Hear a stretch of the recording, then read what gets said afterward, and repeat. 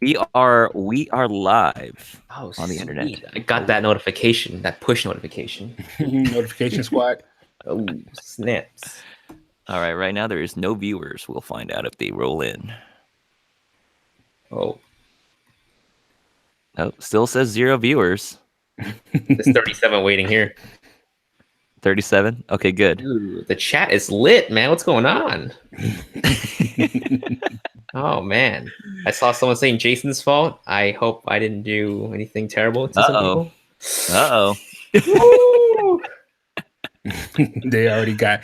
Look, the hat's already got him. Oh, shoot. Oh, shoot. Hey, folks, thanks for joining us for this Monday Live. It's a little later than normal. Sorry, there was some other issues or circumstances that made this happen. But just let you know, there will be show notes posted down below in the comments after the show is over. But right now, we are in the pre-show mode for a little bit here. So if you got any questions or anything you want to drop down below, feel free to do so. And we'll start the show probably in like 5 minutes because we're running behind schedule. Nah, we told people 8 o'clock, so... Oh, that's true. All right, man. I told people 8 o'clock. You're like, I think I can make it at 7:30. I was like, nah, let's just make it 8 o'clock. You're not gonna make it back at 7:30. Well, it's interesting because I actually had a sales session, like a high school senior sales session today, and it was planned for 7. And I remember I reached out to you about this a while back, and I was like, "Oh crap, we have a sales session." I'm like, "How am I gonna like work this out?" And so when you're like, "Oh, it's starting a little bit later," I was like, "Oh yeah, I can make it."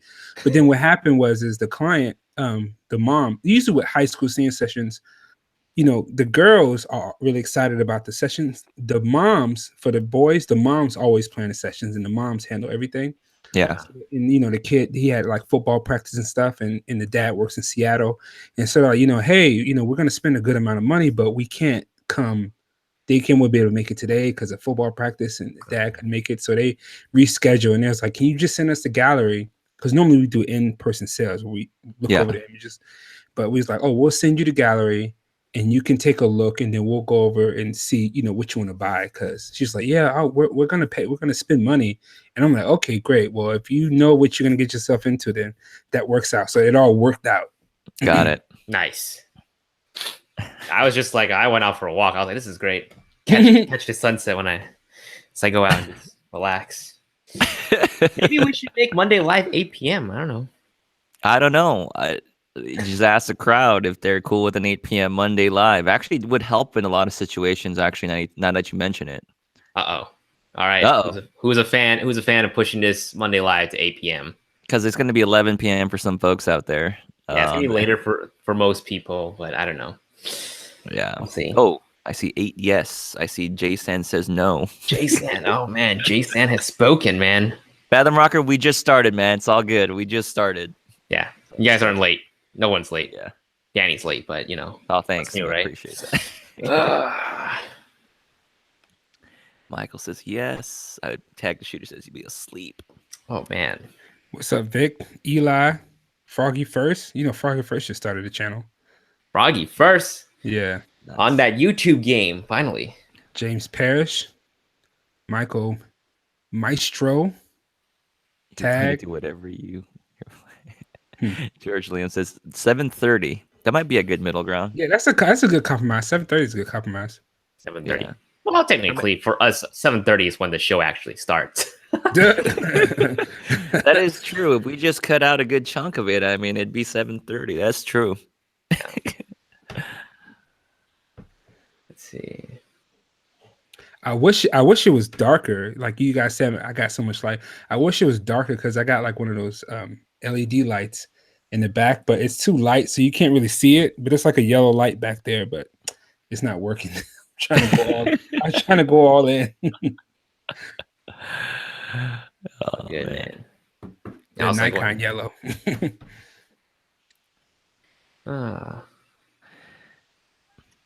All right. Wow, we're still getting quite a few people in, even though we're late on time here. So I do appreciate everyone joining us this evening. I mean, I think they're excited to hear about this Nikon Z mirrorless camera and get some thoughts from Photo-Me-Ike here. Yeah, I'm so glad we have Photo-Me-Ike in the house because dude, he broached it to me. I was like, you know, the thing is, like, I was thinking about it like before. I was like, we should bring someone on board that actually shoots Nikon because You We know, don't shoot Nikon. I don't shoot Nikon, and I mean, have Nikons in my class, but they're not the Pro Series models or anything. But would love to hear the input from someone that's actually shooting Nikon right now, because that's where it's at. That's bringing something fresh to the table. Whereas it's just you and me. We're just going to be talking about specs and how it compares. It would just be an echo chamber. So yeah, like how would it be great for current Nikon shooters? You know, I mean, like this whole mirrorless line, because like a lot of people are saying like it's going to be good for current Nikon shooters and stop them from jumping ship. So it'd be interesting to see what Mike says, and anybody in the chat who's shooting Nikon right now or was shooting Nikon. Sorry, Jason. Nikon. Nikon. What the heck? I'm the brown. Oh, better look at Biff. Wow. Oh, sorry, Vivian is not here. Victor's like, I want to hear the apologies from Photo-Me-Ike. You guys, hear me out, all right? You know what's crazy though? I'm gonna tell you, when Nikon brought out the D800, I really wanted that camera. Like the D600, even the D600, I had an order for that. I actually, I canceled last minute because I chickened out. But I was like, man, I really wanted to jump on the Nikon train early on, man. But see, we're just bringing it. But let's see here. I don't apologize. Not needed. Oh, Mike Omner, ex-Nikon shooter. Ouch. Oh, nice. No. That's good. That's good. Carson Chung is the 750 user. Assuming James is also a Nikon shooter. Nikon, Sony. All these camera brands, all from Japan. Right? That's interesting. Like there's no like real American camera maker. Yeah. Like Kodak, I think isn't Kodak like the only? Is Kodak American? I don't know. Clue. What about Polaroid? What's Leica? What's Leica? German. German, right? Yeah. Yeah. Oh shoot, Matt Gray dropping $20 on the show. We haven't even started officially. Thanks, man. Appreciate it. What a good start. Thanks, Matt. Appreciate that. We're gonna need that for some water to douse this heat this night. I don't know what's gonna happen. Let's see here. Nikon N70. Chris Barrier says he's had an N70. Oh, what the N70? Is that a film? That before? Oh yeah, that's a film. That's a film camera. Yeah, it's a film one. Yeah. Is that before we existed? That's probably why. It's like a mid-level film. It's kind of like a D90 or D7500 level film camera. Oh, nice. Tag the Shooter says, gonna start shooting Nikon with my Sony 400 2.8. What the hell, dude? Get that adapter ready. Oh man. The what? Like E to Z. Tag the Shooter's asking, like, did you get your email for the early arrival for your pros? I didn't pre-order it, Tag, man. I don't have that kind of funds to shift right now, man. I can't do it. I'm gonna wait. I'll do a rental though. Super chat's open, so let's help Danny fund his 400. Just help me out for a rental. I'll do pro support first, and then I'll rent it again. I'm not gonna. Yeah, hopefully pro support will be able to loan you one at least. They'll have one copy. That's what. Is this the most expensive lens from Sony to date? Well, expensive for email. For email, yeah, for sure. Well, you got a chance to hold the 400. Yeah, I tried it. It's very fast, man. It's very quick, and it's light. It is much lighter than your conventional 400 2.8, and that's what's crazy about it. So, let's see. Asper said he just financed the FE 400 from B&H. How do you do that? I can do monthly. I'd be willing to finance. For your sports? For your yeah, for the sports stuff. I don't need the 400 2.8. It's not necessary. But hey man, those lenses hold their value, so it'll absolutely. You're 100% on that, man. The night cameras, man, they don't hold squat. Give it a and Michael Fuji. Where's Zed Pro? We need him for Fuji. We got to represent Fuji out here. Okay, all right. If Zed Pro's coming on, it's gonna be a lit live chat, man. I just talked to him the other day. He said he was doing a big job for some musicians, so he's been shooting a lot of, like, he's been doing a lot of like commission work. So he's been like, it's been crazy for him. Okay. We get him on. Who's a big Nikon shooter that we know? I mean, sorry, Canon shooter that we know. Oh yeah, who shoots Canon? Who shoots Canon? I'm sure there's somebody. Photographer shoots Canon, but he Yeah, shoots that's Canon. right. He shoots Canon and Sony though. Yeah, but he most exactly shoots Canon. Right. 1DX Mark II. Let's see. Jamar Ford's asking, do you think Sony release an A9 Mark II next year? I don't think so. I think it's too soon for replacement, but maybe the year after. Get Joe Edelman for Olympus, James Parrish says. Oh, okay. We can get oh man, what's his name again? The Panasonic Lumiere guy. I don't know who that is. I forgot his name. Tag the Shooter says, no, I said I will shoot a picture of a Nikon with my 400. Wow. Oh, dude. That would be some sick Instagram photo right there. Oh man. Okay, 7:56. We're going to start the show in a few minutes. Any more questions, please drop them. Drop them down. Let us know. But the show's going to start in a few minutes. We're going to hit up #new gear and then jump through the rest of the show. We got a couple of news items we'll cover, and then we'll jump into the Nikon mirrorless discussion this evening. We definitely want to get you guys' input on it. And then obviously that's why we brought on Photo-Me-Ike. Definitely want to hear his point of view on this. Yeah, See, we got a budget 20 minutes for Danny because he probably bought a ton of new stuff. Wait, what? I don't have anything, man. I did a rental. I do have something. Thanks for reminding me. I do have it with me. The new Sony. Don't worry about it. Oh, okay. The Z7, the Z6. Oh, I don't have that kind of. They're not going to be invited to that, man. See, what Danny's not telling us is that that time he went out to that Nikon shoot. Shut up, dude. No one's got to know about that. The Mavic. I forgot. I totally forgot about the Mavic. It's crazy. Yeah. It's crazy Mavic. How many things were announced when you're right. Drops though, man. That Thursday was a crazy day. Did you get a chance to look at the Mavic Photo-Me-Ike? Like as far as the I did, and so if I had to choose one, as much as I like the 1-inch sensor, the zoom, like the capabilities or like the angles that you can get with the zoom, like when I think I saw Casey Neistat's video. Yeah. And I remember watching a Casey Neistat video from before when he had the what's the big one? The Phantom. Not Inspire. the Phantom. The Inspire. I think it's Inspire. They had the different lenses. And they were like, why would you want like the different lenses? And it was like, you can get different like compression and different perspective. And I remember he did like a shot of the Statue of Liberty and it was like compressed against. And I was like, that's actually a dope. Like it was like, cinematic gets kind of overused, but it was super cinematic the way it was zoomed in.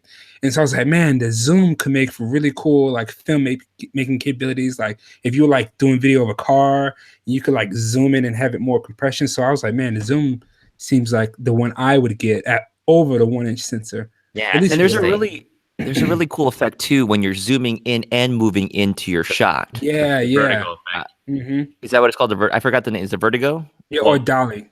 Yeah, Dolly. Yeah. So you calls it vertigo effect. Vertigo. Okay.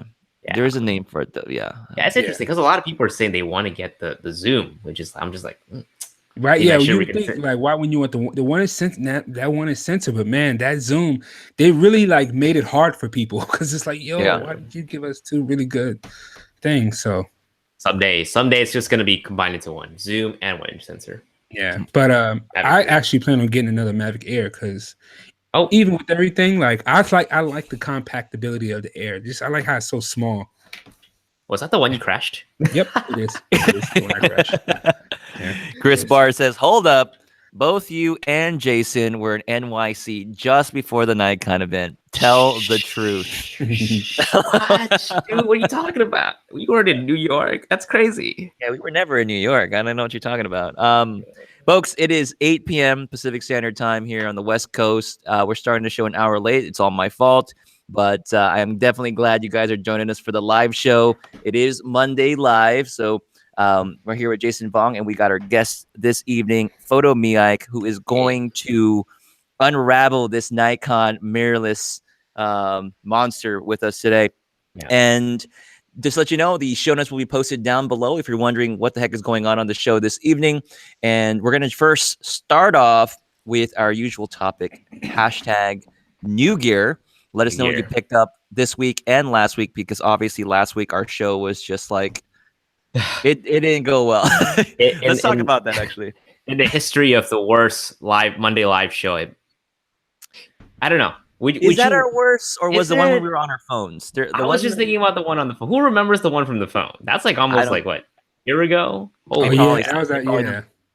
Yeah. There's probably like one or two people that remember when we were on our phones for that show, man. That was the worst. But yeah, you guys have had some highs and lows. You had the Vegas one with the cinematic moving camera and the sunset in the background, and then you went from that to like a Samsung. A parking lot, or we did the New York one in Rockefeller, and then the one at the airport, man. It sucked because our flights. When I was telling Jason, I said, you know what, let's go ahead and plan our flight back home later, because Jason was saying you should plan it back in the afternoon, but I was like, let's plan it later in case something happens and we have to stay in New York City for a little bit longer. Yeah, and so, but I didn't think about it. I said, oh crap, we'd be in the airport when 7 p.m. Well, actually, we're going to be in the plane. We're going to be in the air when 7 p.m. crossed. So, yeah, we just went early just to make sure we had a live show going. It was so bad. I felt so bad. I mean, like, part of me was like, maybe we should have told people that there's not going to be a Monday live. But the fact that we didn't say anything. It's just like, I think they're expecting a show today, so we better hop on. And then like we hopped on, and it was the worst possible time because they were letting people starting to board. And the woman, the flight attendant, was on the PA. It's just like, if you're not paying attention right now, we are boarding people. Because like they probably saw us like live streaming, and they're like, "What are these two fools doing?" Dude, we were getting the stink eyes. She was looking at us every now and then, and she was like giving the warning, like, make sure you're paying attention. And I'm just trying to ignore her for the time being. And so. Yeah, we just tried to run the live show as quickly as we could. But lady, just please. to quickly, just to kind of recap, I think everyone knows already there was a Sony event that took place in Brooklyn. And so it was their B Alpha launch event. It was just an opportunity for people that could go out there, shoot some models and work with some models. And they took us on a ferry boat ride. And that's it, guys. There's nothing more to that than just there was no announcement, nothing else. And if there was anything, we would have brought that up as soon as it happened. But yeah, it was primarily just that. And they're going to host another one on the West Coast in San Francisco in September. And so there's going to be another one of those. So Pro Support is the one that I got the invite from. So Pro Support actually invited other people that are part of Sony Pro Support. So that's where the invite came from. Yeah, it's a invite only. So Pro Support members are, I think, going to get some first dibs to be able to go to the San Francisco one as well. Yeah. So I don't know how they figured that out. That's just how it ended up. So yeah. Is there a show sponsor? James Parrish says no. There's no show sponsor. If any sponsors watching, just hit us up. just the viewers, man. You guys sponsor us every night. Let's see. Much. Yeah, basically. How have we ran the show for this long? Sponsored by Bang. That's what this show is sponsored by. Sponsored by Bang.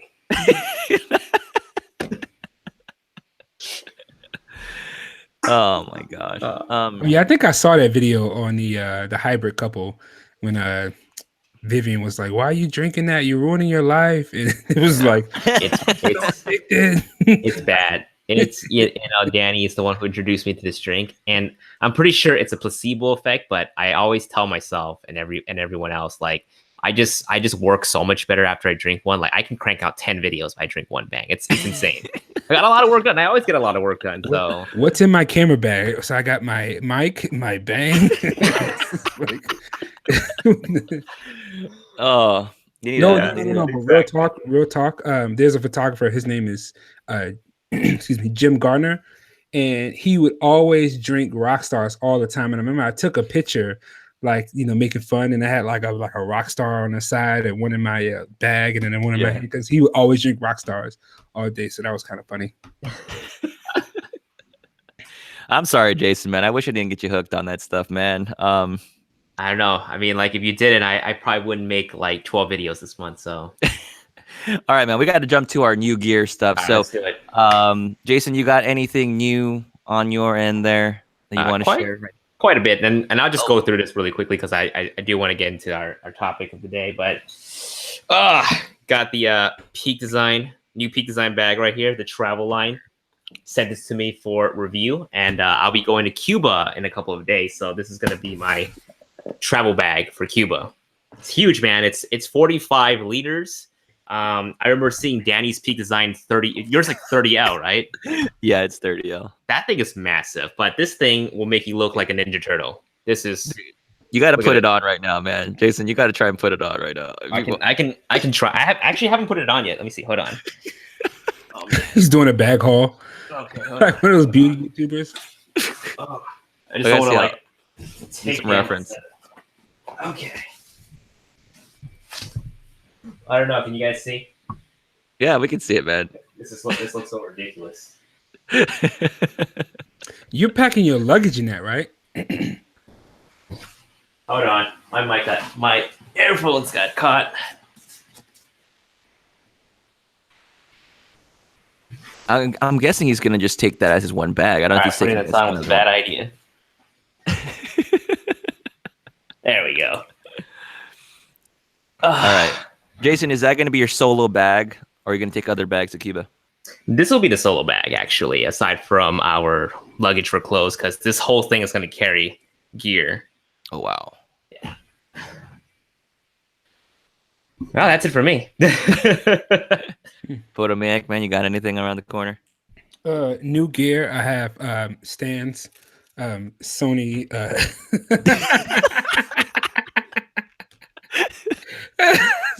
Oh, is it too early for this? Oh, sorry. Wait. Yeah, nothing new here. Just nothing. No comment. Just new hat. That's about it. I like the Nikon Z6. You got that right there. It's like under his table. It's like three behind. It's like three cameras behind him. That's the Z6 right there. I wish. Let's see here. I got the Sony RX100 Mark VI. What? Yeah, I asked. I didn't buy it. No, I didn't buy it. I requested it from Pro Support to try it out. Oh, and so you're the one who took the one and only copy. Oh shoot, my bad. Were you trying to get one? I'm just messing with you, dude. Oh, okay. I mean, I'll send it to you, man, if you need it, dude. I was on Saturday I shot some volleyball with it to test out the sports aspect of this lens, because obviously it goes to 200 millimeters, and it struggles, and it doesn't struggle focusing in low light. I have to push the ISO to 6400, so it's pretty grainy, but it's still better than what you would get on a phone. But I'm gonna shoot some tennis with it, I think tomorrow. So we'll see how that comes out. So I'll be outdoors. So we'll see how the images come out. But yeah, the RX100 Mark VI, nice. Really interesting. So I'm just testing it for sports wise, because that's kind of up my alley there. That's why I wanted to go ahead and grab the camera. And then I did a rental for the Sigma 135. Oh, I did a rental for the Sigma 135, so I could shoot some volleyball with that. I wanted to test it for sports. So you know what's funny? I asked Sony if I could borrow a bodice 135 2.8, thinking I would have the bodice and the Sigma, and then they told me, Danny, we don't carry bodice here. Pro Support. I was like, damn it. So you should have just taken it from me when we were in New York, dude. I'm done with the lens for now. Oh yeah, it's all good, man. I'm just gonna focus on the 135 Sigma. I'll send you the 135. The Jason Pro Support right here. Jason Pro Support. That's you. I think that's it for now, man. As far as stuff on my end. Jason, don't you have a video comparing the Carl Zeiss versus the Sigma? Yeah, that's coming out. I haven't had a chance to put it together yet. It's just been so hectic.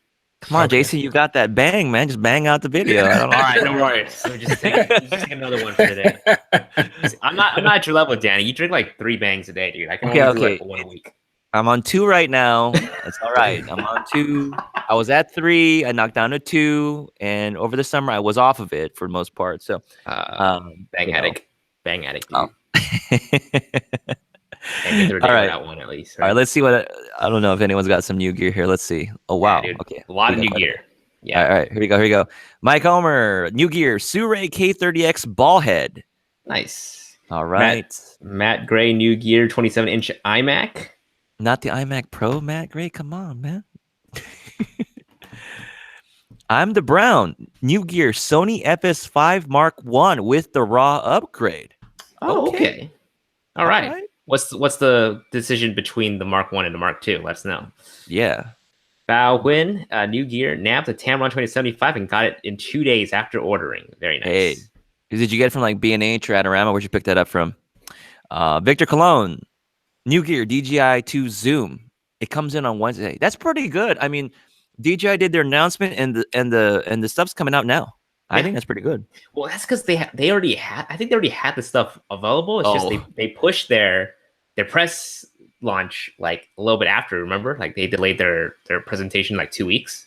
I didn't know that. So you're telling me they actually had it in the storage in the back room? Probably did, because like a lot of leaks came out because they pushed a press presentation like a couple weeks after. Anyways, Eli says, "What's got Rapid Box XL?" Dude, how is that? How is that compared to? Is that the really not like it's really dome wise, right? Like a parabolic, that one, I'm guessing.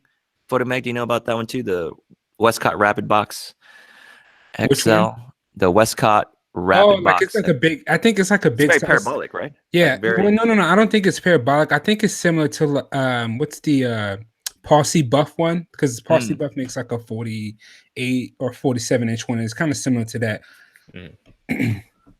Cool. Matt Gray, new gear, G-Tech 6TB drive and Samsung 1TB T5 SSD, and he also picked up a 16 to 35 G Master. Man, you've been spending some dough. Law Atienza Outercron Pocket Rig 2 to help me with my B-roll game. I need to get my channel started. Hey, just do it. Is that the one that does the slider deal, or no? That's not it, right? That's what is that? Yeah, what's that Pocket Rig 2? Sounds familiar. It's an automated thing.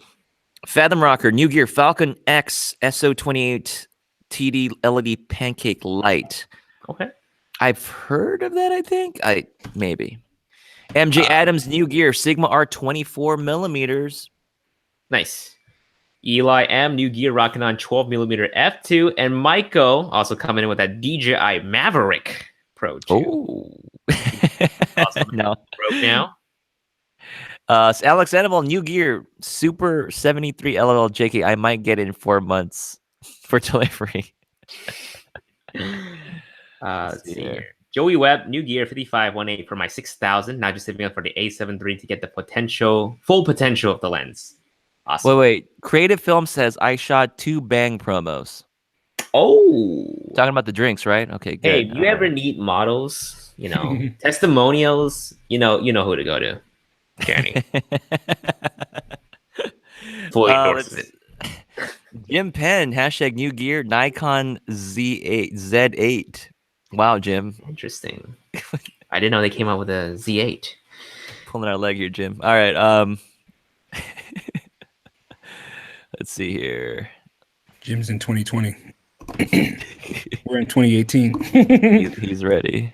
Avi says, new gear, Sony 8518 for 450. Not bad. Fantastic lens. Good seeing you guys in not NYC the other day. Hey. Talking about Brooklyn, right? Brooklyn. Let's see here. Alan Andrews, new gear, small rig mounting plates for the DJI Ronin S so I can mount my monitor directly to the Ronin. Also just ordered the DJI Mavic Zoom. Man, everyone. Nice. I'm wondering if people that's their first gen or they're upgrading. I'm curious. Oh, I think like anybody who has the original Mavic Pro needs to upgrade because that image quality though blows it out of the water.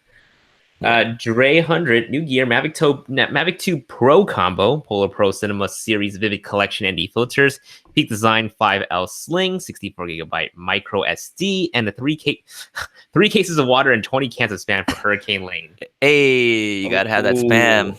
You gotta have that spam ready. I'm telling you. Oh my god, so a hurricane is coming. Is that for Hawaii? Am I wrong on that? Is that for reals? Oh, snaps. Claire Ami. New Gear Sony A6000 with the 16-50 and the 55-210 for $500. Keep or is APS-C dead? APS-C is dead. Move on with the life. Get rid of Hey. that. I'm hopeful. But that's actually pretty good for that kit you got there. It's good. Yeah. Let's see here. Patrick Bishop, Adamo Shogun Inferno.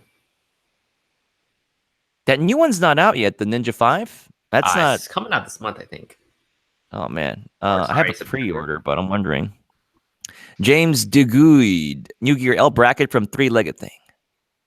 Bao Nguyen got the Tamron 2075 from Digital Goja.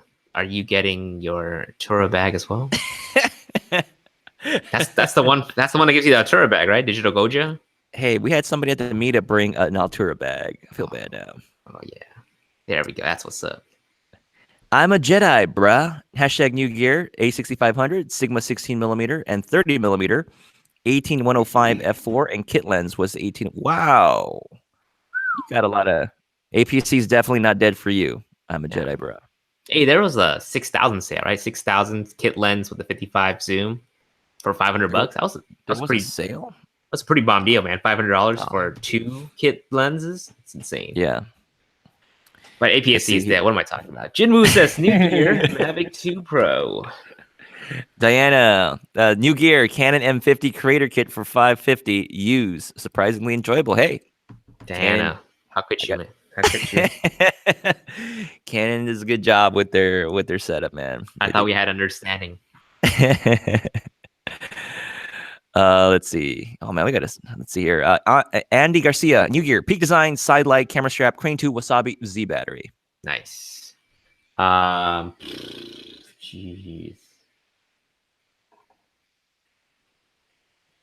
Francisco, New Gear Pelican 1510 coming in tomorrow. Hey, I love my Pelicans. There you go. Stuart James, 135 Sigma Art. Also DJI Gimbal. DJI Gimbal. Let's see here. Michael. Go ahead, man. Oh, Michael Blanco, New Gear Amazon Basic Circular Polarizer Filters for my lenses. All right. There we go. Has says, yeah, that bundle has the Altura bag, Altura monopod, rocket air, and some other accessories. And Attack the Shooter, hashtag New Gear Manfrotto monopod for my 400 2.8 because he's going to be flexing that very, very soon. Should I get a plate or use directly on monopod? I don't know. I don't got a good answer for that, Attack the Shooter. Let's see. Okay. Cool. Awesome. I think we've gone through that. All right. So we're gonna just quickly breeze through a couple of news topics and jump into the Nikon stuff. But so here's the thing: Sony has their G series cards. Oh, where's it at? Did I lose mine? That's great. You know what I'm talking about, right? Oh, right here. You mean this card right here, Danny? Yeah, hold one up. I'm too far away. I'm too far away. Damn. Oh, how about that Sony autofocus? Oh yeah. All right, there we go. So it looks like Sony is releasing another card, and it's called their Tough series. So I'm gonna guess it's gonna cost more, but let's see. There's just photos of it right now. It has like a yellow color going on for it, and it's gonna be announced based on Sony off rumors tomorrow. So it might already have been announced in another part of the world. Still the same speed as their G series, so very, very fast cards. The only thing is that it's going to be, I'm guessing, impermeable. So maybe this is an answer to the sturdiness of the XQD cards. Maybe I don't know if it's something to do with that, but that's one thing. I don't know. Jason, are you going to pick one of these up, man? Do you need one of these? Probably. I feel like anyone. It's true. It's coming out, right? Yeah, the only thing though is with these UHS-2 cards, you have a lot more of the contacts exposed because now there's 2 rows of it, and I don't know if this particular card is going to be much more durable than this current one here because it can break. I mean, and that's the reason why there's that there is an attraction for the XQD series because these things can break. I mean, I've had cards split. I don't know if you've ever had an SD card split. I've had an SD card just split. Yeah, I've had that happen too. Right? I have the little toggle here, the lock thing broke off completely.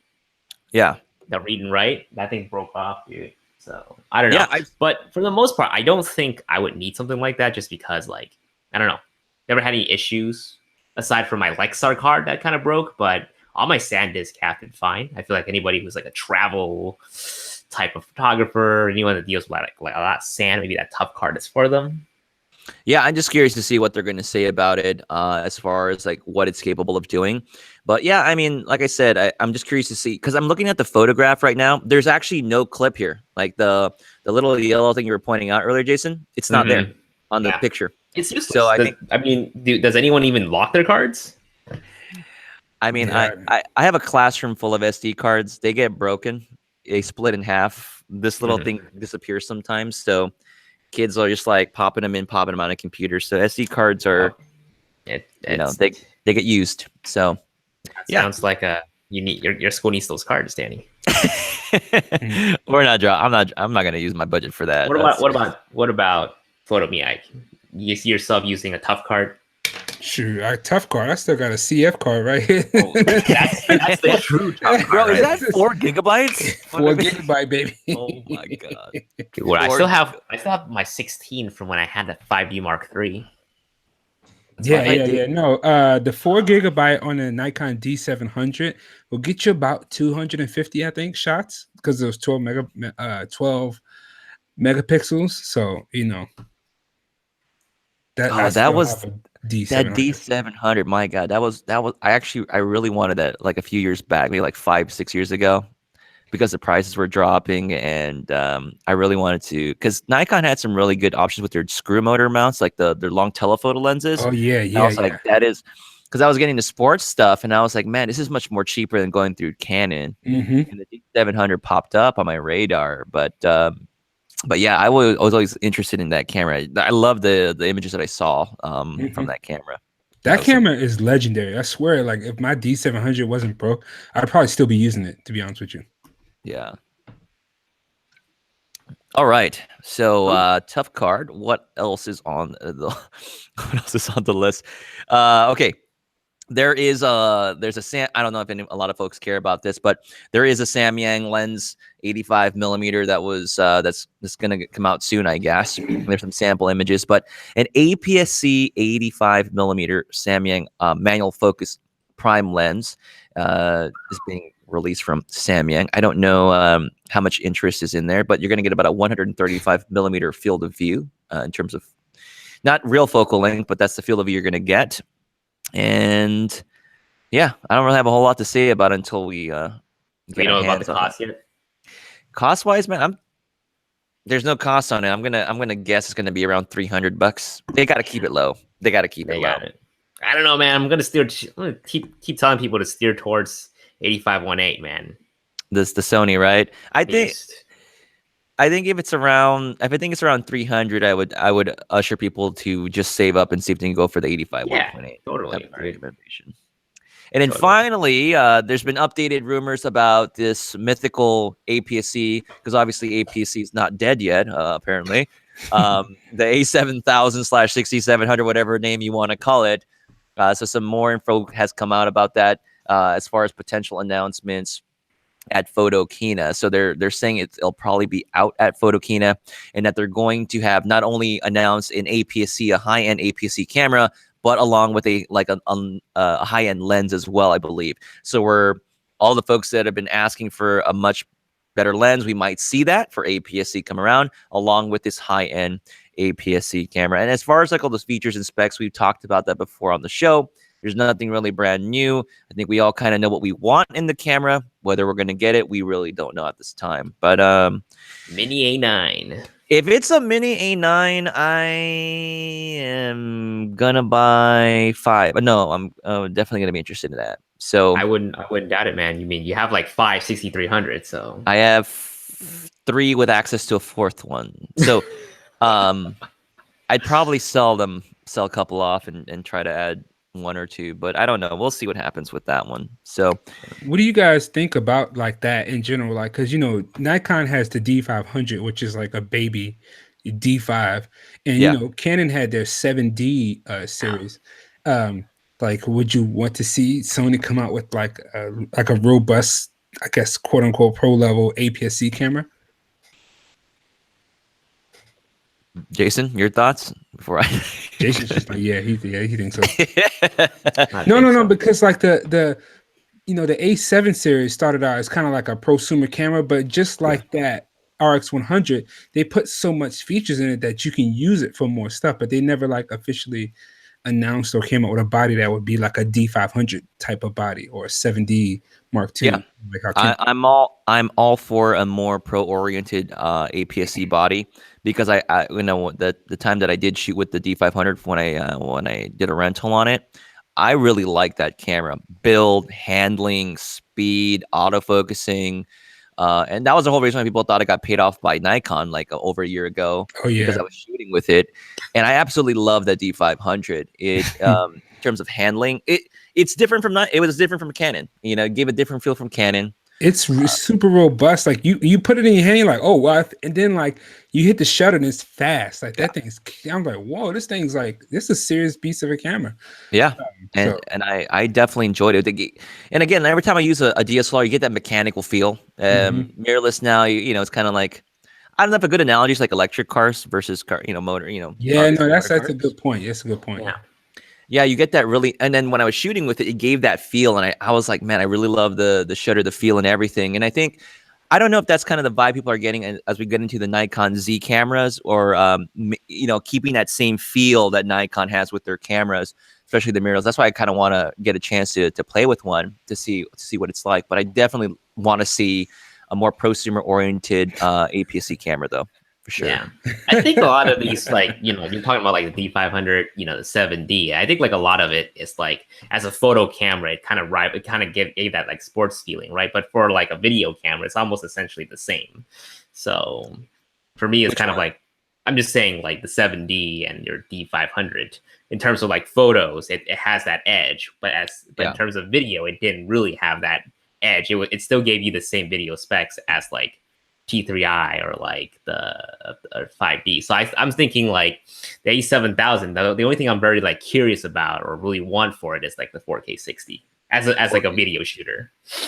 Yeah, and that's one of the little specs that they're saying they might have a 4K 60p crop option. Yeah. Again, so I would totally pick that up if they have 4K 60 for the A7000. I'm going to put my money on that. I think it's going to have it. But who knows, man? We see it. It's like RX10 Mark V. Yeah. Chris you know, Barr, it's like you Chris never Barr, know. Chris Barr SR6 rumor, please. Yeah, I mean, it's all speculation, man. It sucks. We just waited on it. So, it's happening soon, dude. What, Photo Keynote's next month? It's already next month, right? September. Yeah. It's crazy. Yeah. Now I was looking up tickets. Like, how can I get to this thing? Germany, dude. Like, you kidding me, man? And any our German friends watching like to spare a place for us to stay? For real, I was like, yo, hotel. If you have a place to stay, maybe we can fly out there, but have a place to crash. That'd be nice. I think I found tickets for like $700. That's not bad. One way, right? One way. I don't know if it was. I don't know if it was. I think it might have been one way. Yeah, I'm not sure. yeah. Francisco gets to go. Nice, man. Let us know. Get some hands on with the A7000, man. We're gonna live through you. Please go live. Yes. I'm the Brown says, stop making predictions. All your great ideas never happen. So think negative. So there will not be 4K 60p on this new camera. Okay. It'll go back to 1080p. There's not gonna be anything. Oh man. Oh, that's pretty funny on the Brown. All right, I think we're diving into this Nikon camera, man. Let's go. Let's unravel this. Let's see what happens. One of us is gonna walk out with a black eye. I'm pretty sure. What the heck? So, as most of you know, when did Nikon make the announcement? Was it what day? Did it?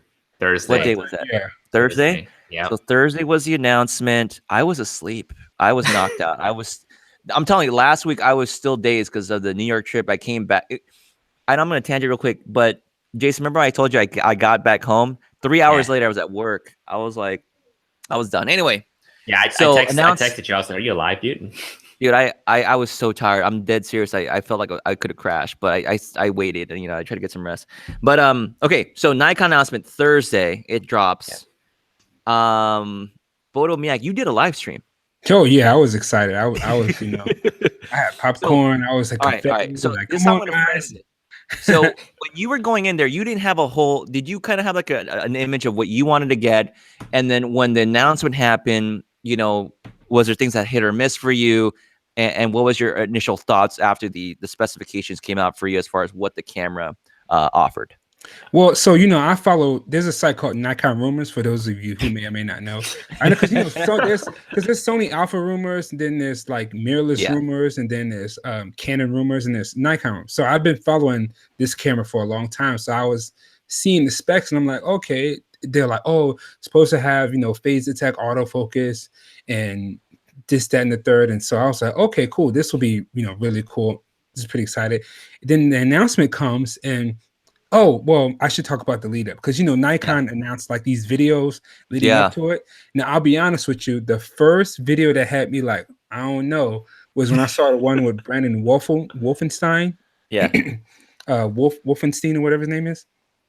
Mm-hmm. He was holding the camera, and I was like, dang, that thing was kind of small in his hands.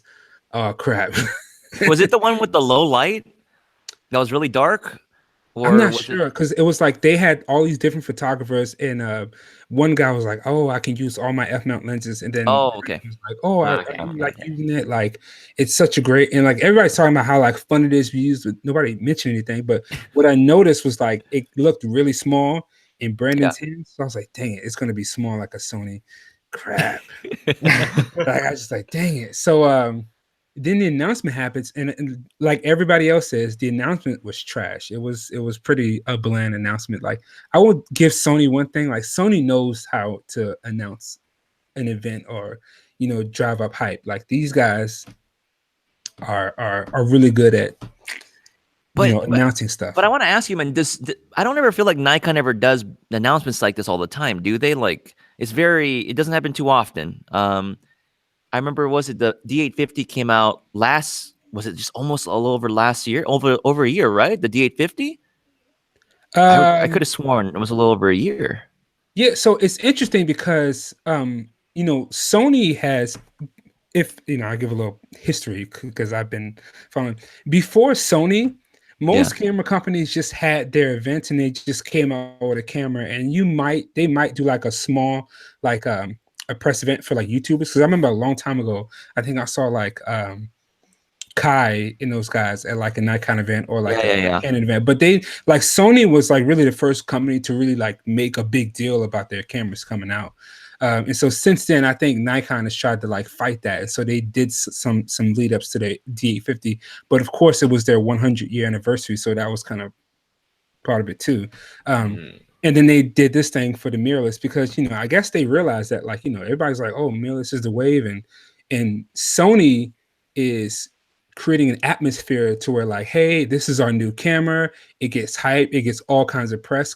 They push it out there. They make sure people are talking about it. So if you don't know anything about Sony, you know that there's a new Sony camera coming out next week. And so I think Nikon realized that. So they tried to like say, oh, we can, build up hype too. But that press conference was I was watching a few of the other guys' video, like Frono's Photo, Tony and Chelsea, and the biggest thing that I think I've been hearing from them saying was that the set was awful, the lighting was awful, and all that. Was that part of why you think the presentation was trash? No, I'm talking about the actual live stream. Like, oh man, their thing that they did, that was probably trash too, because like they didn't have any good they didn't have any models splashing up water and dancing and they didn't have those jumping on trampolines 10 frames per second. Yeah, exactly. They didn't have those Sony models. That one chick that was had the eyes, man, she was fine. Anyways, they had a guy making drinks at a bar. Like, what kind of I know what you mean. Hang on real quick, Photo-Me-Ike. Alex Sandoval just dropped $25. He says, here you go, Danny, to purchase your A7000. So now, since I'll be 2% owner of your camera, you can let me borrow it. I don't know, Alex. I think you're gonna be 2% owner of the 0.05% owner of the 400 millimeter.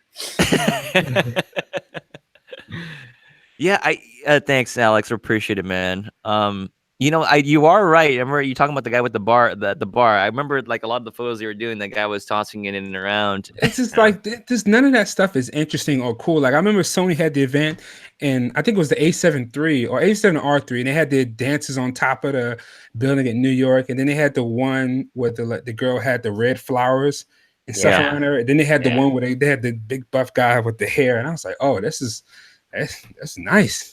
showing that eye autofocus capability, right? I mean, whoops. Oh, Sorry. yeah. Oh, see how we started. Oh, it's starting already. What the heck? Hold on. Hey, I didn't start the chat. Is this Starter, some, is right? this some A lot KSI of Logan people- Paul going on here? What's going on here? For all of this. Yeah, Not what I I heard expected. that fight ended with a tie. But anyways, But yeah, all that to say, when I saw the announcement, like I was looking and I was like, okay, say something that's gonna be like killer, like say something like, oh, we got eye autofocus, or I was looking for them to like say some kind of spec that was gonna be like, oh, we got this, and then I was like, oh, okay, that's cool, okay, that's cool, and I was like, and then that was it. And I was like, well, all right, then they didn't say much because they didn't talk about battery life, they didn't talk about how the buffer, they just omitted a lot of stuff, and then the next day, that's when everybody else came out with their video. So it was kind of, in my opinion, as a Nikon shooter, I guess the most I was excited about was that Nikon actually came out with a mirrorless camera. Yeah. And so there was a lot of hype going into about that. But like, if I had to be honest, they didn't say anything that was going to be like, oh, cool. I mean, I guess I'll say the Z mount. The biggest and coolest thing was the mount itself and what it could lead to. So. Yeah, let's talk about that mount because it's larger than the current mount, like that's on their current F mount. It's larger than the Sony mount, and I mean, I kind of know what the backstory is, but go ahead and dive in a little deeper why they're using that larger mount, Photo-Me-Ike. So they said the F mount's been around since like 1959 or 69. It's old, a long time. And so back then, I think I don't know the specifics. I'm not like a historian, but I know a little bit about mounts. And there was a time where Nikon could have switched because they were like transitioning to a new digital system, new system, and they decided to keep the F mount as opposed to abandoning it because they wanted to keep legacy glass and they wanted to make that stuff compatible. And I think that kind of like locked them into like a bottleneck because Canon abandoned their old mount and they switched to the I think it's what is Canon's mount? It's like EF. EF. They're on EF. They had a different one prior with their film. Film. It was the was it FD? Yes, you got it, man. Yeah, FD. Yeah. FD. Yeah, so they, Canon was like, screw this. We got this new technology. We're gonna come out with an EF mount, and the EF allowed for them to make lenses like the Canon had a 50mm f1.0 that's autofocus. They made the 50 f1.2, which is autofocus. They had the 85 f1.2. So Canon switching to a new mount opened a new world of lenses for them and capabilities that Nikon just kind of like locked themselves into a corner with the F mount. And the good thing is, all of this old lenses that from 1960 World War II lenses could work, but they couldn't go. They can only go but so far. And so I think that with the new system, they said, you know what, this is our chance to start. We got a fresh start, guys. A whole new system. Let's not do the same thing we did before. And let's come out with a new mount. And then let's make it large, because when you think about micro four thirds, the micro four thirds is like this big and the mount's this big. And so like, you think about how much room it has for image stabilization, that helps. And as well as like, it helps for the lens. It helps you get sharper pictures edge to edge because the lens is so big that the sensor's more in the center, so you don't have to worry about the fall off or the light loss to the edge of the lens. So I think that engineering in that was like, let's take this time to really drive home or kind of like use new technology. And so I saw this rumor somewhere where it's like you could set the aperture ring to change like the not the aperture ring, the focus ring. Like you could change it to change the shutter speed or the aperture in the lens. So like if you're shooting, you want to change, you could use the focus ring. I don't know if this is true or not, but I was like, man, that'd be dope if I wanted to change my shutter speed, I could just switch the focus ring on the lens. You know what I'm thinking though, as looking at objectively, Nikon is really positioning this mount for the future, obviously, and they're going forward. and they obviously did research it to the point where they know they can build some really nice lenses. And I know there's a lot of folks who are, they're bashing Nikon at the time as far as like the lens lineup that they have going forward, but the mount itself gives them a lot of opportunities into the future for large aperture lenses. Is that the reason? Is that the reason for the 58? The 58.95. Yeah, the 0.95. I think that 58.095 was like one of the show-off lenses. And you guys, quick side, I'm making on a video, and I'm gonna like talk about all this in the video that I'm making on my channel. So look forward to that in the next 24 to 48 hours. But and there's a link down below to check out Photo-Me-Ike, guys. Make sure he's just check the description down below. You can check the channel out. But Zeiss has that 55mm Otis f1.4, and it's a manual focus. And I think Leica has a 50. I think Leica's either 50 or 58 f0.95 as well. The Leica lens is $13,000. The Zeiss Otis is $4,000, and so Nikon's 58 is $6,000. But I think it's one of those. Hey, look what we can do. We got this nice lens, and this is like our top of the line. Because you got to remember, like, these companies are lens companies too. But when you think about like how Carl Zeiss can come out with like a $7,000 prime lens that has the top of the line image quality, Nikon has to compete in that area as well for people who do studio work and need critical sharpness and like people who shoot studio, because all Carl Zeiss lenses that aren't like native Sony lenses are manual focus lenses, and people still use those lenses for studio and like the guys who shoot the iPhones for Apple. So diving back into the camera, so you got the Z6, you got the Z7. They're going over the specs. Nothing's standing out in particular, like really out there other than the mount. So you see this come out, your gut instinct, you're like, I'm gonna get one, or I'm gonna check one out. Like, what's going through your mind as far as like I'm gonna grab one, or or you're like, I'm gonna hold off. Like, what's going through your mind? Well, first I was like, well, now how am I gonna explain this to YouTube? It's like, crap, what are they? You put me in the corner here. No, I was like, okay, because the rumors were one car slide, and I'm like, I'll be honest, I wasn't like super impressed, and I was like, okay, they got something, and I'm like, man, I guess I gotta order a D850 now. Because that's a really damn good camera. This is not really. It really is, man. It's the beast, and like I still like DSLR. Like everybody's saying, mirrorless is the future. Like I still value a great pro optical viewfinder. Like a lot of stuff about DSLR that I still like, but I also like mirrorless and want that technology. But like when I saw, I was like, dang it, they didn't announce anything cool, but I was like, well, at least Nikon now has a mirrorless and they're working on something. And if you want to stick with Nikon, there's something. But it wasn't anything that was like, oh, I gotta put in my pre-order if I had to be.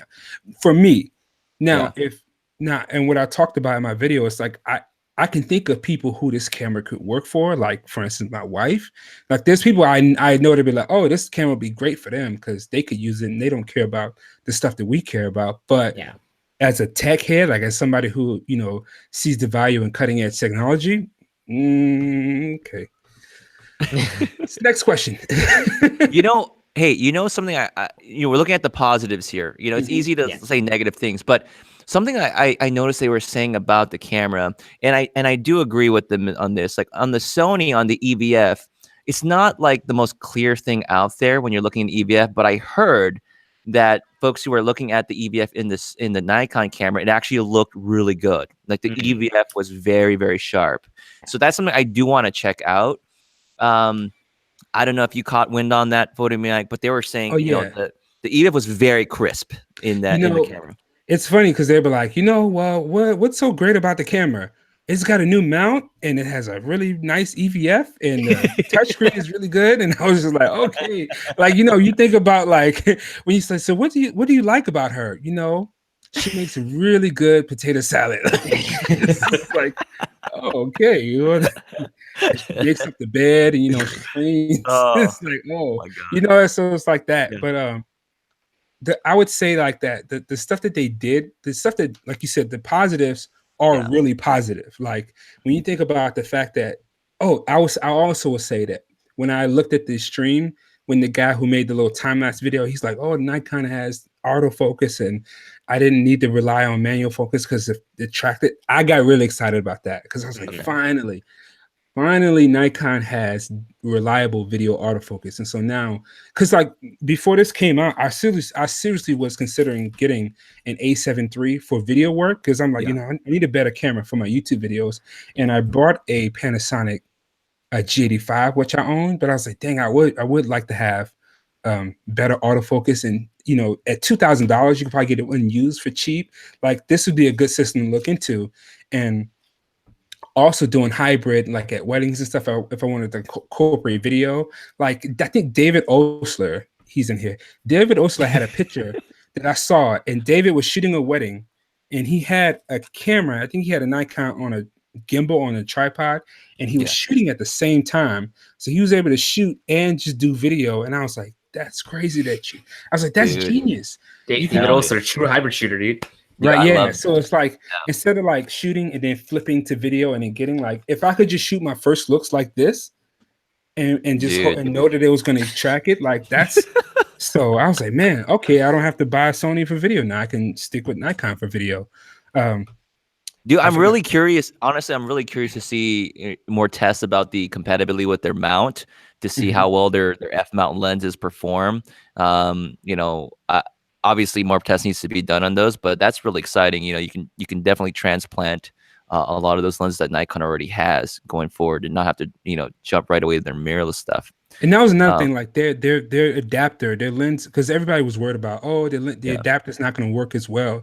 And by all cases, based on what everybody said, is that it works just as well. Like the only difference is it's just not the native; it's an adapted lens. So, according to everybody else, it works just as fine as if you had a normal lens. And I'm like, Sony users, Fuji, Panasonic, everybody adapts lenses on mirrorless, and they were like, this flange distance with the Z mount is so short that it's like the most adaptable lens. Now, I'm not one to go out and buy some old German crazy lens just, because it can adapt. But the fact that it can do it is cool for somebody else who might be into video and might want to use lenses. Like you said, when you were looking at cheaper lenses for sports stuff, maybe for video, you can get like really cheap lenses at a super, discount if you don't mind manually focusing. All right, I wanna jump into this and just get your thoughts when you heard that it was only going to have one card slot, and then get your opinion on the whole one card slot thing that people have brought up, and how do you work that with your workflow? And do you shoot dual card slots, or how's it work for you, Photo-Me-Ike? So the one card slot was a bummer, but honestly, it didn't really like affect me like if it affected everybody else. Like, people are like, oh, it only has one card slot, it's trash, it's dead in the water. And that really wasn't a big of a deal to me because I used to shoot one card slot, with my D700. Yep, I only have one card slot. So and when I shoot when I do high school scene sessions, I shoot one card slot in that. Now when I shoot weddings, and I'll be honest with you, full disclosure, my D5, my D800 has dual card slots, and so does my D750. But sometimes I'll shoot overflow to one as opposed to JPEG and RAW. I'll shoot JPEG to one, and when that fills up, that'll go. So I honestly use one card slot a lot. Like that's not a big deal to me. But and then what I realized was that it has one card slot. That to me is not the end of the world. There's ways around it because when I shoot weddings, I shoot two cameras. So if I'm gonna buy this camera, if I'm gonna buy a Z6 and a Z7 and take it to a wedding seriously, what I would do to get around the one card slot issue is I would have two cameras. So that way I'd shoot like some at this focal length and some of the different focal lengths. So I'd have two different forms of coverage. And then I would have smaller cards. So that way a 32 gigabyte card, would get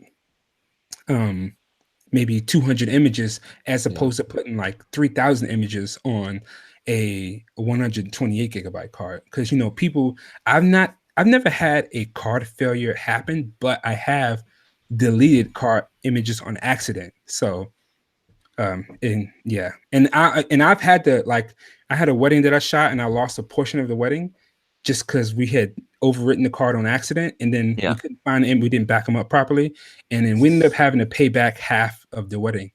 And my weddings aren't super cheap. So yeah, but the client was gracious, so they let us do like a payment plan. But the amount of money that we paid back for losing those images, so losing images aren't fun. But that, again, the whole one card, like video shooters use one card slot all the time. I don't know, Jason, do you shoot like to dual cards when you shoot video? Nah, just one card. Okay, all right then. All right. Sometimes you'll shoot two if you got to split that content, though. I know. Oh yeah, you know. Like, I didn't even know this. I'm a complete idiot. I didn't know. I thought for sure, I knew for some time that Sony you can have the cards write the photos to both, but I didn't know the video, the 4K, was able to actually write to both cards. I think maybe like 6 months ago, Jason pointed that out to me. He's like, yo, you can shoot 4K to both cards. I'm like, what? Yep. But no, you're right. I typically won't shoot to dual cards very, very often for my type of stuff. And I'm usually fine with just one card. And I'll do overflow like you say. Like I'll shoot sports. I have overflow. I'll do one card on like an A9 or something like that. And I'll just overflow. But if there's an event, usually the rare times I ever shoot them, I will do the dual card slot. But that's just me though. If I have the option to, I'll do at least a dual option to both. But and like, so even with the like Sony cameras just came out with dual cards last year. Yeah, the right. A9 just came out, what, 14 months ago? It was just a little over a year. Just a little over a year. Sony has only had dual cards for a year. And so it's funny. I find funny that like a lot of Sony shooters are like, oh, dual or it doesn't have dual card slots, is trash. Because I'm like, you guys been shooting single card slots for the longest. David Osler's like, don't do it. But I'm like, yo, David Osler, you made a video about shooting weddings with an A6300 and an A7R2. I'm like, what changed in a year? Like, besides a new camera came out, Jason Lanier shot a wedding with an A6500. Like, and that camera isn't quote unquote meant to be a professional. Like, it's supposed to be a custom, but just because something's not a pro level or a professional device doesn't mean it can't be used by a pro. Now, I'm not trying to make excuses and say, oh, everybody should shoot single card slots. That's just not what I'm saying. I'm not trying to like say, oh, it's okay, you shouldn't have to. If you need dual cards, use dual cards. But a lot of people gave up perfectly fine working 5D Mark IIIs and 5D Mark IVs with dual card slots and better battery life in exchange for a Sony A7R2 with one card slot and crappy battery, and they were just fine with it until the A9 and the A7 III and the A7R3. Now, Nikon has that exact same potential. It's not here yet, so of course you can make your judgments about what it is right now. But I mean, Sony people were in the same situation next year. But I get it because not me personally, but a lot of people were bagging Sony's about it not having dual cards. I wasn't one of them because as soon as the A9 came out, I was like, oh, this is dope.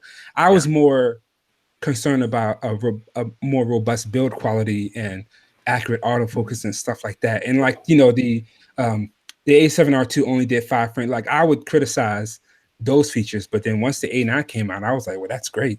So yeah. I think the perspective that's coming along, and it is sort of like Nikon should have had seen what was going on with the mirrorless, the movement of things. But I don't know. Maybe Nikon had already developed this camera out, and they planned for a single card slot, and they couldn't change it anymore. And they saw the A7 III come out, and that had dual card, or the A9. But this camera could have been in development. I don't really know, right? Mm-hmm. And so this was just kind of how their plan was. Like, this camera was already kind of set up, and they're going to roll it out like this XQD single card slot, similar to maybe like the A7R2. I don't know, Photo-Me-Ike, what's your thoughts on that? And maybe it was just already set up, and that's how they were going to roll it out. So what people were saying, and what somebody made a point, was that Nikon had been developing these cameras while the A7R2 was still out, because Yeah. I don't know how long it takes to develop these cameras from brand new, but if you think, let's say Nikon at the time, Sony might have been developing the A7 A9 or A7R3. Nikon's like, hey, let's come out with a mirrorless camera and let's up our game. And at the time, what's out? XT1, A7R2, A7S2, A7 II. So that's what's out in the market. So Nikon says, all right, well, let's go and let's build a camera that'll at least compete with these cameras, because these cameras aren't going to compete with our DSLR line. These cameras will allow us to make up something that will give people the mirrorless technology that they want, but it won't cannibalize our DSLR sales, because people who want dual card slots and better battery life, they have that. That's already there. Then Sony drops the A9 last year. I doubt that Nikon came to the board last year and started developing. This camera's probably in development for like a few years. That's what I'm thinking. I really think that this camera was, because they announced a teaser about a year ago, like a little over a year ago. They were saying that they were in development of something. Now, granted, they probably would have had to go back to, because I remember there was a story about Google and iPhone, and Google was coming out with a phone, and then Apple dropped the iPhone and Google scrapped it. They said, "Oh my God, the iPhone is crazy." So like real legit. Like if you look it up, like Google had a phone they were going to announce. It was an Android phone, and then Apple came out with the iPhone. They said, "Oh, we can't do it." So they had to redo that. So when you think about Nikon, like they're not as big a company as Sony. They probably had this already set up and they were developing the next technology. Sony comes out with the A7R3, the A9. Nobody expected the A7 III. Not even you guys. You were like, all of this? No. So the A7 III took everybody by surprise. So I think it was just Nikon was in too deep with their already system, so they had to kind of go with it. But I will say, what was I gonna say? I forgot. But anyway, people in the comments are saying, don't do it. Don't go backwards. Look, don't buy a Z6 or a Z7 to shoot a wedding. This is not for you guys who are wedding shooters. But my wife's teaching a class for a bunch of ladies who are learning how to use cameras. And I'm looking at these ladies and I'm like, you know what?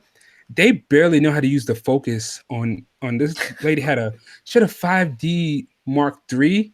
And her camera was out of focus, and I was like, "Oh, just fix the diopter." She didn't realize that. Like, there's a lot of people out there who don't know anything about what Sony has or what Sony has to offer. So I think we get caught up in our little bubble of of course, hardcore tech, and we're like, "Oh, dual camera, dual cards, blah blah blah." But there's a big market of people out there. And I was going to tell a story about I think I told you guys how I went to Thailand. I didn't tell a story, did I? Was it part of like a Thailand? Go for it, man. If it's no. I went to Thailand earlier this year, right? Yeah. And so I took my Panasonic G85 and I took my Nikon D750 because I wanted to vlog the trip in 4K. I wanted to be a travel vlogger. Yeah. So if you guys look on my channel, if you see my Thailand vlogs, those were all shot on my Panasonic G85. And I had planned for months. I was like, man, I'm going to make my own travel vlogger videos, and I'm going to get my, Panasonic G85. I rented the Leica 8-18. I was set, and I was like, dang it, I'm going to want to take pictures. I'm going to bring my D750 with me. So I was like, I don't want my bag to be too heavy, but I do want the best quality pictures I could get. And the best quality that I own that was practical was the D750 because it's full frame. And I'm like, I might be somewhere and I might want to take a cool landscape shot. So I brought my D750 with me. If the Z6 had been out, or if I would have owned the Z6, I would have gladly took a Nikon Z6 to Thailand, and I would have vlogged my trip on my Z6 and took pictures on my Z6. And so in situations like that, which I think a lot of us are overlooking, we see a camera, we think, oh, it's not going to work for wedding professionals. But you got to look at every other genre of photography that exists when it comes to travel photography, when it comes to street shooters. I know a bunch of film photographers who shoot film. And they get paid lots of money, like people like Jose Villa and Tanja Lippert who shoot film, and so, or people who shoot Leica and Phase One and Hasselblad. So I'm like, there's a lot of people who who get by and don't rely on, shooting JPEG or RAW to both cards. So I don't, I think we just get caught up in what we do and what we talk about, and we're like, oh, it doesn't work for me. It wouldn't work for Danny. It wouldn't work for Jason. Yeah, it's trash. And I'm like, nah. because I could have surely used one when I was in Thailand. Nice. I mean, like I said, if it's not for you, if it's not the camera that's going to work for you, you just kind of pass along on the camera. And then for the folks that are on the Nikon, then they'll probably bring in something later on that you're going to go for. But I don't know, Jason, your thoughts, man? Anything else you want to poke at on this? No, man. I think Ike hit everything on the point, dude. Well, Yeah. and just to point this out there, the D800 came out in 2012, right? Now the D800 came out. I got one. I bought one in like the November, December 2012. It had some issues, right? In Yeah. February of 2014, in July 2014, they announced the D810. So within 2 years, they came out with an updated camera to fix all of the issues that they had with the Nikon D800 with the D810. So it's possible it's possible for Nikon to come out with another camera within 2 years to kind of correct whatever issues that they had. But I think part of the reason why, as well as the fact that the camera had, one card slot, is the fact that they still want to protect their hardcore DSLR line. Somebody had mentioned that Nikon wants wedding shooters to buy their Z6 or Z7, which they may want people to buy those cameras. They may think, oh, you should be fine because the card is an XQD card, and an XQD card forces people to buy more expensive, more robust cards as opposed to cheap, fake SD knockoff cards. And so, I mean, maybe that's their thinking. It's like, oh, well, it's going to be one card, but XQDs are proven technology and it won't fail, it won't break, you won't have any issues with it. I mean, I don't know. But I also think that part of the reason is the D900 or the D6 that comes out. They're like, if you want that kind of reliability, then you should buy those kind of cameras. If you want like a small compact mirrorless, and that's another issue I have is like, everybody's like, it's a mirrorless, it's supposed to be small, and I think that mirrorless is supposed to not have a mirror. I don't think it's supposed to be necessarily a compact, tiny camera. I think that like what Panasonic did with the GH5 and what Fuji did with the XH1 is just make something that's a little bit bigger, a little bit nicer to hold, so you can have a little more features and have dual cards. Yeah, that's another. I'm all even for the a slightly larger camera, and even Sony kind of moved in that direction. I think their cameras did get a little bit bigger in size to accommodate a bigger battery and try to improve the grip. And I think when they did the size comparison, the Nikon one is a little bit bigger. And like I said, I'm okay with that. I'm okay with a slightly larger camera.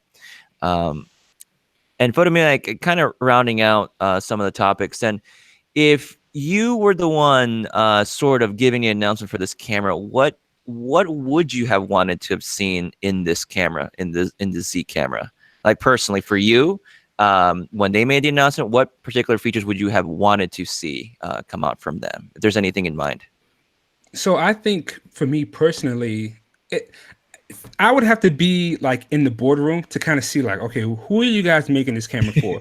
Again, like, are you making this camera for wedding professionals? Or are you making this camera for people to have a small compact mirrorless camera that has interchangeable lens? Like, because like when we in photography, when we talk about business and you talk about your client, like who's your client?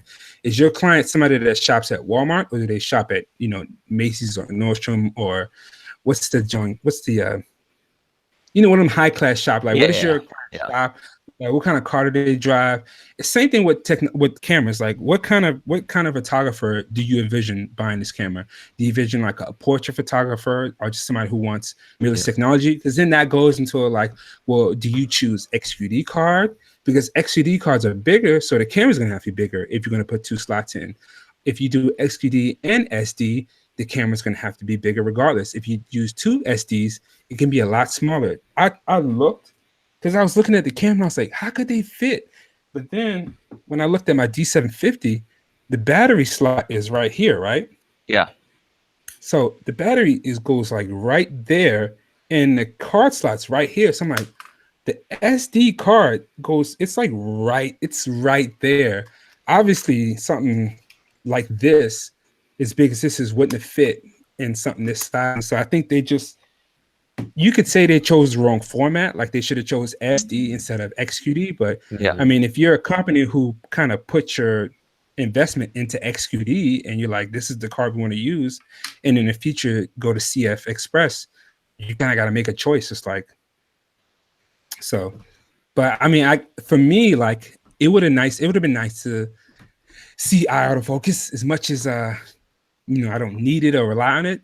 Like a really solid autofocusing system, Yeah. and maybe better battery life would have, I don't know. slot. Think about the battery life. I don't know yet. I mean, that's what some early people have been saying. But even with the Sony things, I think the cameras were underrated for their battery life intentionally, and they performed much better. So, for example, I think the Sony stuff, they'll say like 300 to 400 shots, and then it gets like 1,000. So I'm really hoping it's the contrary, that they rate it low, but when people actually start using it, it's the opposite. But I hope that's the case. Nice. And that's the thing with technology and cameras and stuff in general. Like, a camera gets announced, and then we get on our message boards and our computers, and we talk about what we don't like on paper. And then you get the camera in your hand, and you're like, oh, it's actually not a bad. Like, I use the Canon 6D Mark II, and I was like, I know people were talking about like how the sensor's not as good as the 6D Mark I, but I was like, I actually liked shooting with the camera. Like the video quality, the autofocus was great. Like I liked the quality of the picture that I took. So I was like, the 6D Mark II is not a bad camera. On paper, does it hold up to anything that Sony has out? No, but if I wake up tomorrow and I got to go do a job, like this is fine. Like I'm not. Yeah. It's just when we sit here is when everything starts to get to us, and then we read the comments of like, oh, why doesn't it have this or why doesn't it have that? And then it's like, oh, so. All right. So there we have it, folks. Ladies and gentlemen, we got some insight from a Nikon Shooter Photo-Me-Ike. And it's funny. B&H had that that talk with photographers. Yeah. One of the people was up there on the B&H thing was like one of my friends. Like I know her.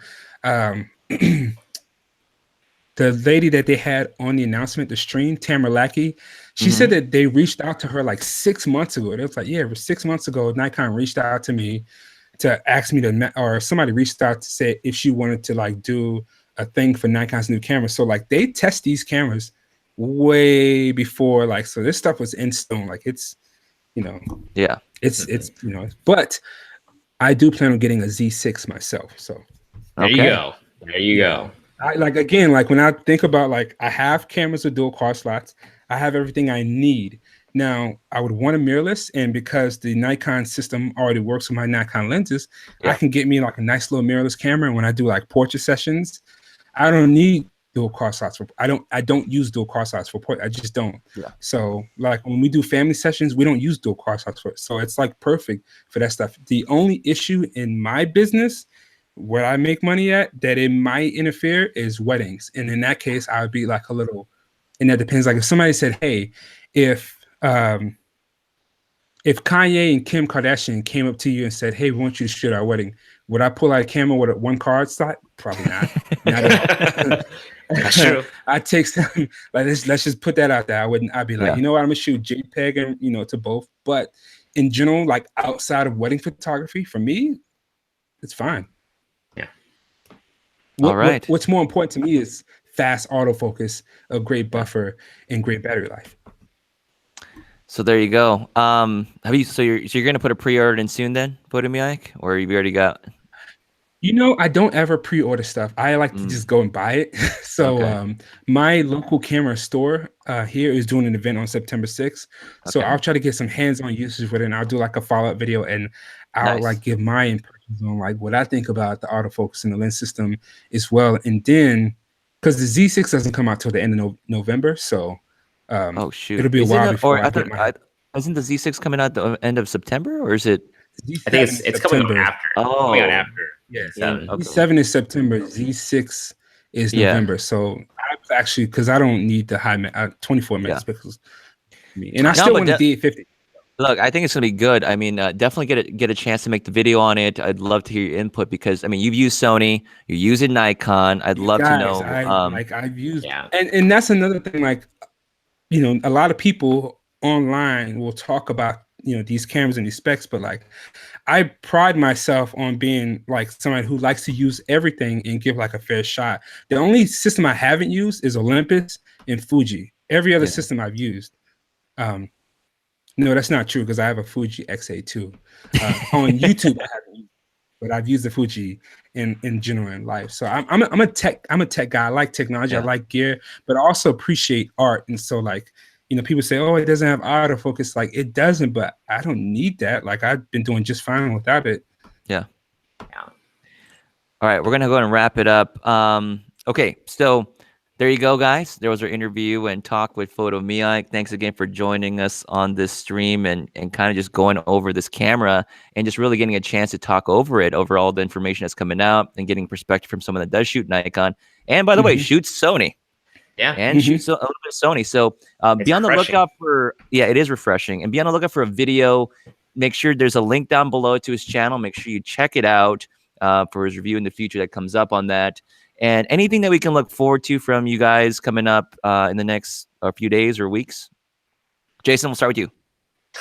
Heading off to Cuba in a few days, so not good internet when I get out there. So I don't know how many videos I'll get out before I leave, but I'll probably go radio silent for the next. Yo, how are you gonna cross the border? Like, how you get like? You got a plug or something? Like, what is doing? I don't know, man. We're flying to Florida first, and then from Florida we head out to Cuba. So. You gonna take the boat? Yo, you remember that one kid that washed up on shore a long time ago? Oh no! Do you know what I'm talking about? You're freaking me out, man. No. He didn't know what I'm saying. He was alive. Like he was like they brought him in and it was like, oh, the family wanted to adopt him, but then like it was like a thing between Cuba and the United States because he wasn't dead or anything. It wasn't bad. It was just funny, like how it's like, oh, they came across on the boat. Like that's how close it is. Yeah. James Parrish, thanks for the $2. He says great interview, good perspective. Yeah, man, I wanted to hear Photo-Me-Ike because he's used the different gear out there and definitely wanted to get his input on all of this. Photo-Me-Ike, other than that video coming up, do you got any other projects coming up on your end? Yeah, man, I'm so behind on everything. Like you guys, I try to put out at least one video per week, but because my weddings and stuff, I've been shooting weddings. It's tough, right? So, it's like wedding season, dude. It's tough, dude. It's tough. Yeah, and for the record, people out there, photography is my full-time job. Like that's how I make my money. You can check my website, www.icontosh.com. So like in between my YouTube stuff, like I actually do this for a living. So I speak from real professional, this is how I make my money, this is how I pay my bills perspective. My kid is yelling, I swear to God. I swear to God. And then on my end, I've got a video coming out probably in a couple of days. You'll just have to be on the lookout for that.